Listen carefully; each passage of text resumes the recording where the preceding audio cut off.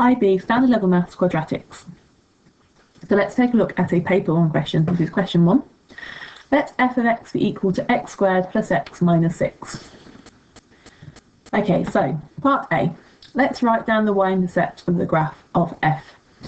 So you might see this straight away because obviously you're looking for the plus c for your y-intercept, so that will be minus 6. Or if you can't remember how to do that, then you can work it out by working out that x equals 0 at the y-intercept, and so you can substitute 0 in, which will give you a value of minus 6. This is obviously the first question on the paper, and it's only worth 1 mark, so it's just a nice easy question to get you warmed up. Part B, solve f of x equal to 0.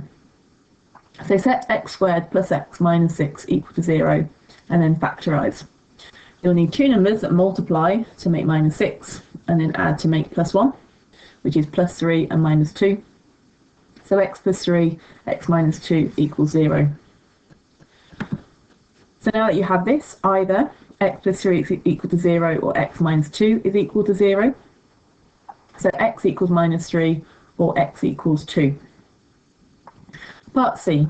On the following graph, sketch the graph of f between the values of minus 4 and 3.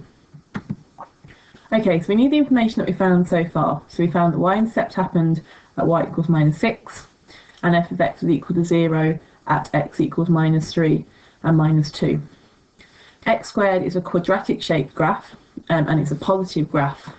So we're going to fill in the information here. And that's the question answered. Just as some additional information, this is not part of the question as such, but we can always find the axis of symmetry or the x-coordinate of the vertex by remembering that x equals minus b over 2a.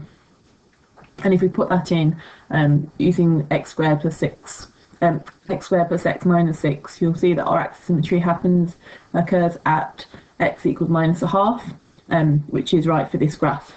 You don't need to plot this on for your exam, but it might just be useful to check that you've put your graph in roughly the right place.